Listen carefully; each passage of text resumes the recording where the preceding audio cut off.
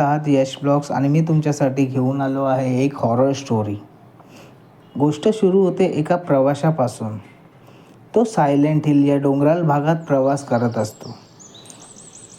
आजूबाजूला दाट धुके, शांत रस्ते आणि एक विचित्र अस्वस्थता. तिथे त्याची भेट होते सिमरन नावाच्या बाईसोबत. सिमरन खूप शांत पण गोड असते. सिमरन बोलते, या डोंगरांना सगळं आठवतं. प्रवाशी एका जुन्या ओसाड घरात थांबतो.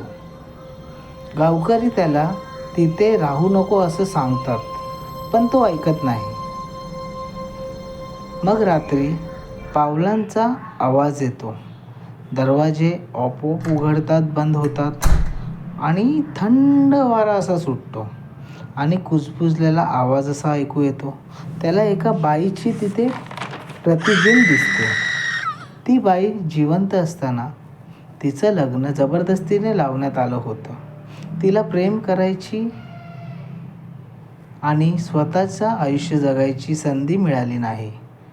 नवऱ्याच्या छळामुळे तिचा मृत्यू झाला.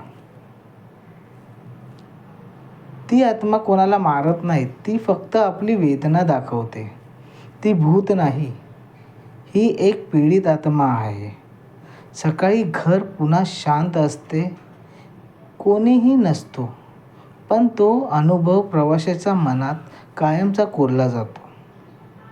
तो सिमरनला सगळं सांगतो.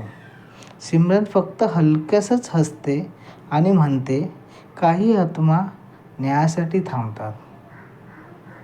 तुम्हाला ही स्टोरी आवडली असेल तर चॅनलला लाईक आणि सबस्क्राईब करा.